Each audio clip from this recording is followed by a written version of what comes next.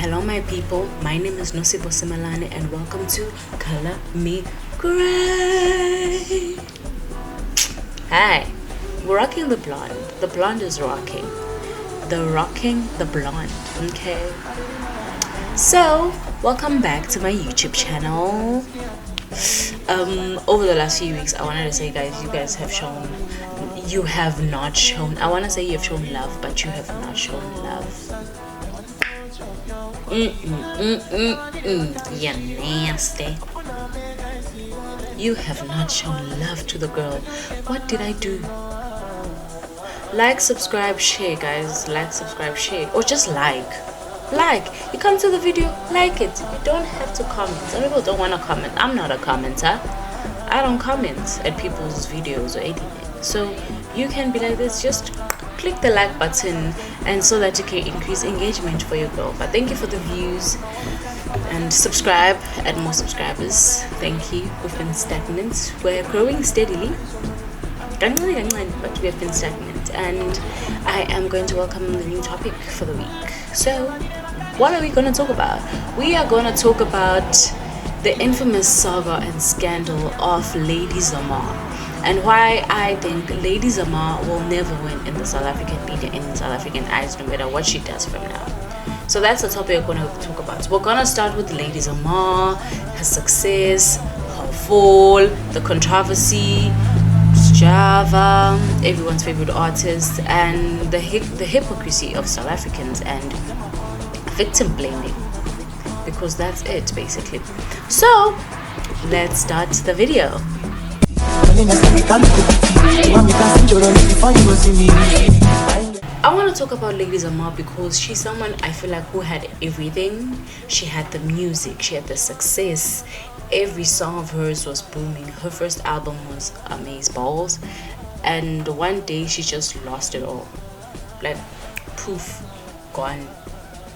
Okay, not really one day, but it was just gone. And it was a mystery to others, but not to most. And people to this day will still go against her whenever she says something or anything, even post like a TikTok. People always have something to say, and others will still, what did you do to make them niggas that mad? And I started thinking to myself, man, what did he do to make them niggas that mad? We'll start. Lady Zamar, born Yamikazi Janet Banda in July 1978 in Zambia, is a South African singer, songwriter, and performer. She rose to prominence with the blend of house music, pop, and soul. Darling. She first gained significant attention by featuring in DJ Melon's My Blood single in 2016. That's when the hit started, you know. This track was a breakthrough in her career, introducing her as a prominent voice in the music industry. Still is, I think, because she has a beautiful voice. Her solo debut album, though, was the one to put her on top. King Zamar, 2017. You had songs on there such as Collide, Love is Blind, Love is Blind, which garnered both critical and commercial success. They are other lovers, My Baby. So such songs garnered success, and they made her a household name. And she was amazing. She was an amazing artist. I remember hearing Collide for the first time, and it was almost 5 minutes long, but I listened to the entire 5 minutes because it was amazeballs. It was amazing. Lady Zamar is that girl. So that was a quick recap into who she is, the music that she does. So now moving on to the fall of Lady Zamar, which started off a little bit iffy at first, if you were like into the scandal, because I was not into the scandal. I was at home, I was in high school. I don't think I cared that much. But despite Lady Zamar's early success, the fall,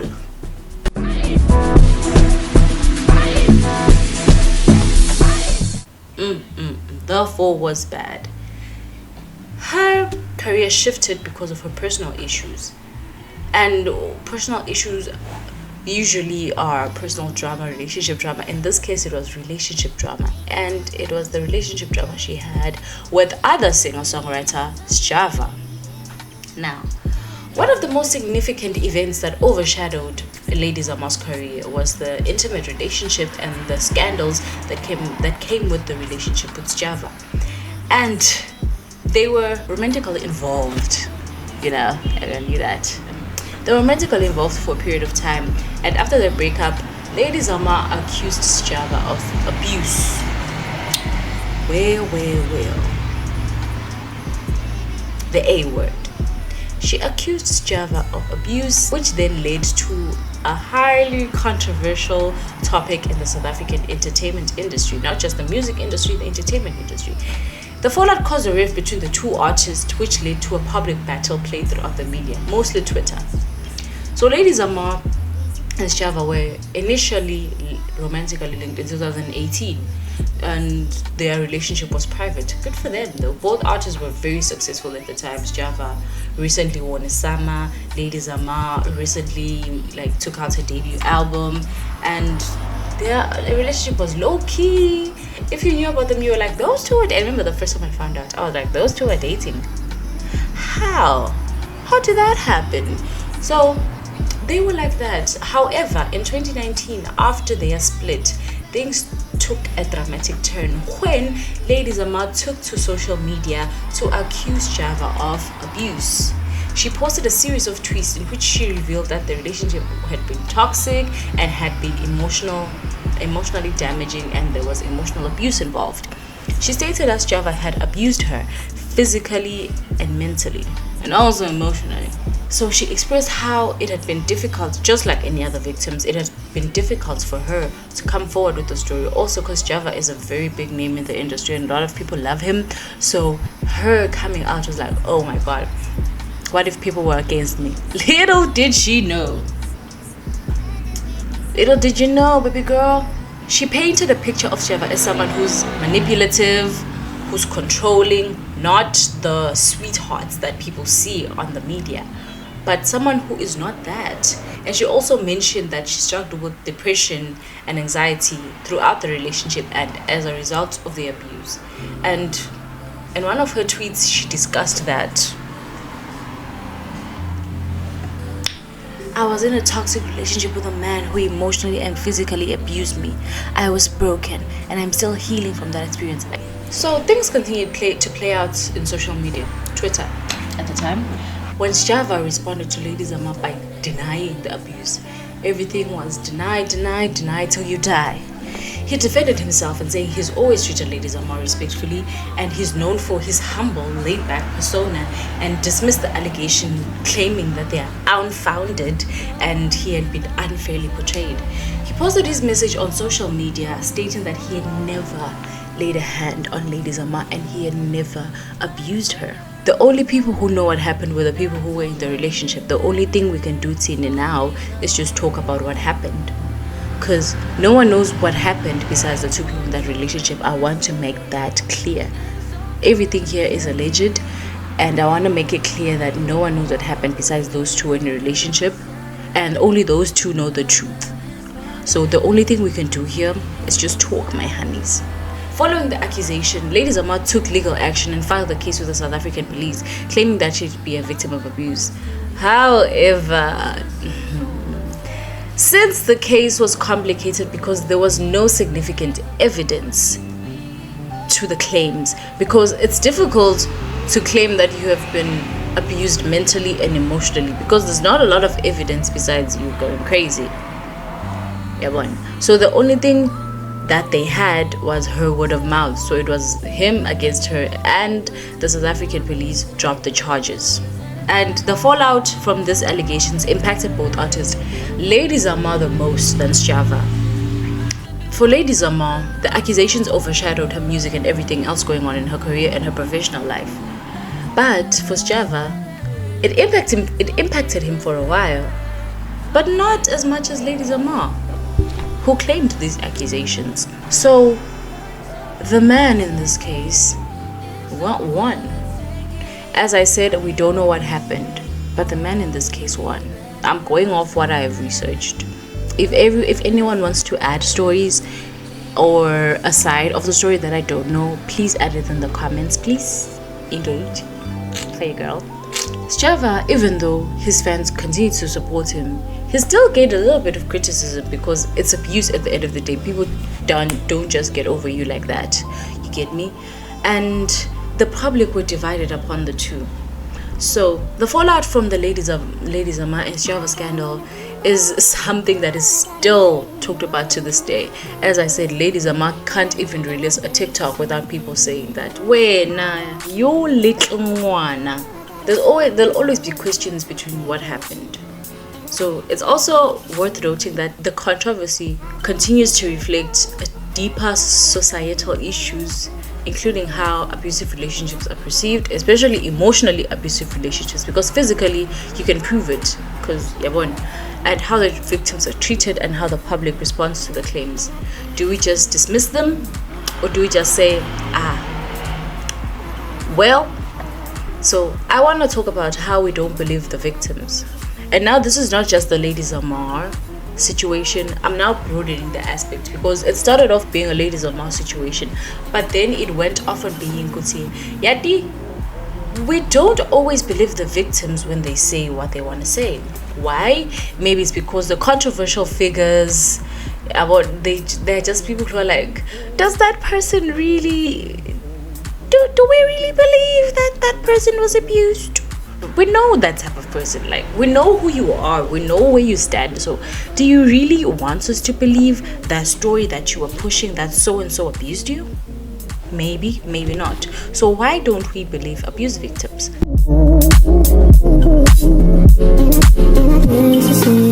The Lady Zamar case is a striking example, or a significant example, of how the public perception and gendered expectations, societal biases, often prevent victims of abuse from being really believed. Lady Zamar, when she came forward with her accusations against abuse of Sjava, there are many factors that contributed to the public's tendency or doubt rather than to support him. One being the lack of evidence. Two being Sjava, that is, he's very loved. Three, that being Sjava is a man. Four, that being that Sjava was humble. Even when the back and forth was going on social media between them, he remained humble and he was like, I did not do this. I was loving, I was caring, and I'm hurt by these accusations. A significant factor to why Lady Zamar's allegations were doubted was the lack of evidence, obviously. Unlike physical assault cases where you can actually see, you could see that person got hurt, the psychological, emotional, they're a little bit iffy. You don't see physical marks. Could see maybe there's a scar here, or like if they beat you, you can see there's blood gushing out of you or anything. You can't see that, and it's hard to claim that. So the person can just be like, okay, well, it's harder to grasp and it's harder as a concept. One of the other reasons why Lady Zamar was met with scrutiny is because after making her accusation, she didn't realize that Sjava has a strong fan base and the public is very loyal to him.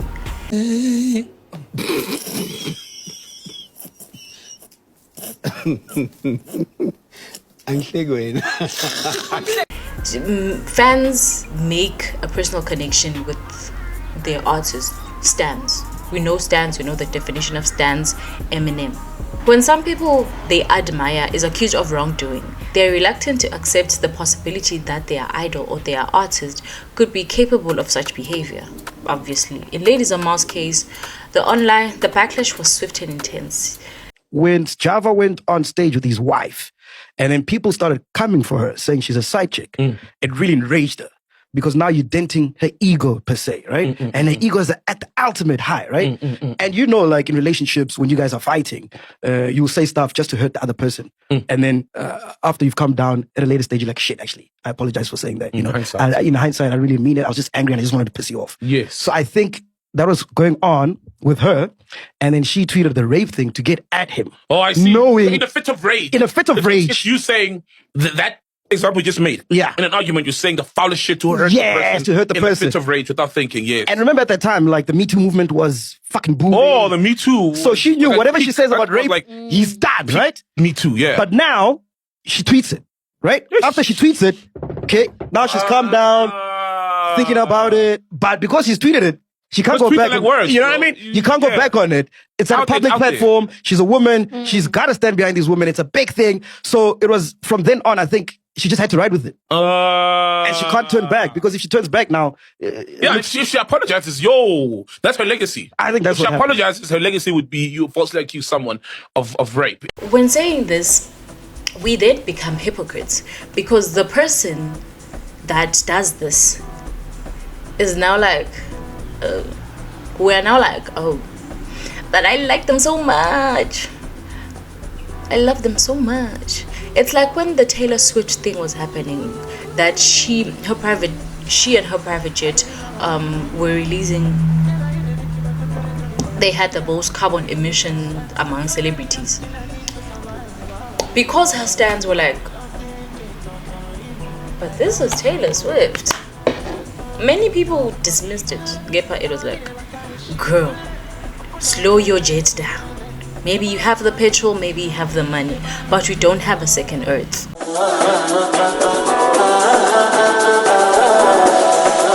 With the hypocriticism that people face, or South Africans have, on one end, people may express a strong support for GBV, which is why we have movements such as the Women for Change movement, which has been very strong and very vocal online.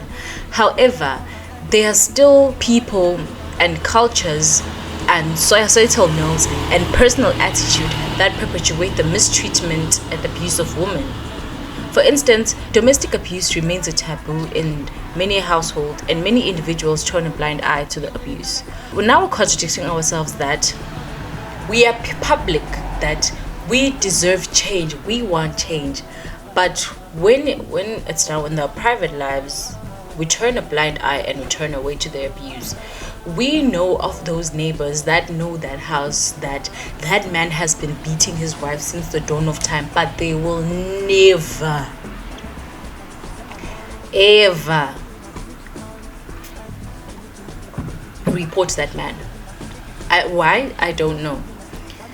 The South African society, like many others, obviously, not only South Africa, it reinforces toxic masculinity. Taxi drivers are a good example of toxic masculinity, actually, and it contributes significantly to GBV. Men are socialized to see themselves as superior to women, and we make it seem that way. And the cultures that we act, the cultures that we produce, they are made to see that way. You know, we've always known that in some cultures, even when the girl is the firstborn, she will never be the head of the house because she's a girl. It's not uncommon, it's very common for young boys to be taught that they're real men, they should show no emotion, they should be dominant and should be aggressive in asserting power, which we've come to the society that we live in right now. At the same time, women are forced to accept these rules without saying anything. Go to the kitchen, they say. Look after the kids, they say. Another example of South Africans' hypocrisy is the response to GBV as an excuse to downplay abusive behavior when the perpetrator is known as a good man to the public. Whether in your community or social media or in other public forums, they are known to be a good man. They're like, oh, he's a good man, he would never do this. But it's actually not the truth. It's known in politicians, sports stars, like any kind of stars. Lady Zamar, we've seen the case with Lady Zamar. Fans sided with Java because he's known to be a good, humble man.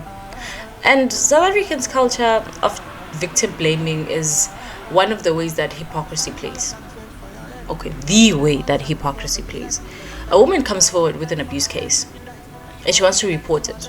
She's often questioned. Rather than focused on what the abuser did, they focus on what did you do that made him do that? In what ways did you provoke him? For example, the nice example that we all have. What were you wearing? Why did you wear that? Why did you do that? When he was shouting at you, why did you shout back? You deserved it. You mistreated him. Especially from the people close to you. Especially that. And when you move away from that situation, they will come back and say, oh, come back, he's changed, he's a good man. Their mothers will come back and you listen, because it's the mother, she knows, she's wise, she's known to be wise. You come back, this man has changed nothing about his life. 0 things have been changed. So then you're like, bitch, you are a liar and a cheat. And then people off themselves because now they don't know what to do. They've been lied to, even by their side of the family and the husband side of the family, and they feel like they don't have anyone else but themselves. Many perpetrators of GPV and SA, whether they're partners, acquaintances, strangers, are not really held accountable to their charges or to their actions. The justice system is slow, it faces significant challenges, corruption, mistrust, and fear of retaliation. Because I'm dating a gangster. And also this thing that you're dating a criminal, you know what you were doing. No, I fell in love. I didn't know he was going to beat me. He said he loved me. I didn't know he was going to beat me. Why undishayile? Why undishayile mkhele? If you know that, thank you. But okay. And the communities, they still fail to hold the perpetrators accountable when the violence occurs within the home. That man did not do anything. At the end of the day, we're always going to believe the man, whether we like it or not. And one example where there was significant evidence, and one of the most high-profile cases, I know you're not supposed to speak ill of the dead, but R.I.P. Mambinja, is the case of Mambinja and Babes Odumo. So Mambinja and Babes Odumo were in a relationship that, unlike Java and Lady Zamar's relationship, this one was very public. So in 2019, Babes Odumo shared a viral video on Instagram which showed Mambinja physically assaulting her.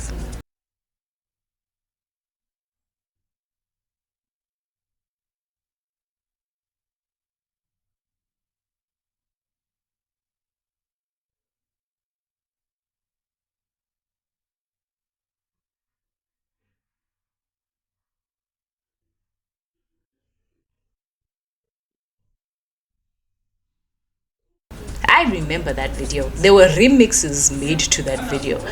This sparked outrage and led public outcry against Mambinja. However, in the face of undeniable evidence, you have a video of the action actually happening. The segments of public media still were like, Babes Odumo, some, not all, some. Some believe that she fabricated the story, or it was an act or a play to boost her career, to boost the song that she was releasing at the time, or to get revenge on Mambinja. Why? Because they were under the same label? I don't know. They were working together all the time. Others tried to argue that the couple's turbulent relationship, because they were known to be very violent and shouting, and there were videos and there were claims by other people, and people who worked close to them spoke to the media and said they fight a lot actually, and the relationship was just drama and it was an everyday thing. This is a classic example of the myth of the false accusations, and also of not believing the victim. Because what do you mean you see a video of someone getting abused and you make a remix to it, like you make a song to that video? What do you mean? And you dance to the song. What do you mean? What do you mean? Mapenzo 3 yeboke, awutholele 6 yeboke, bathimelo yeboke, awuje yeboke. But I just feel sorry for people who go through that. Those are my final thoughts. I just feel sorry for people who go through that. The way the media, the fans, and the general public responded to Lady Zamar, especially on social media, it reflects who we are as South Africans and where we're at. I remember I saw a video that said South African women are pygmies.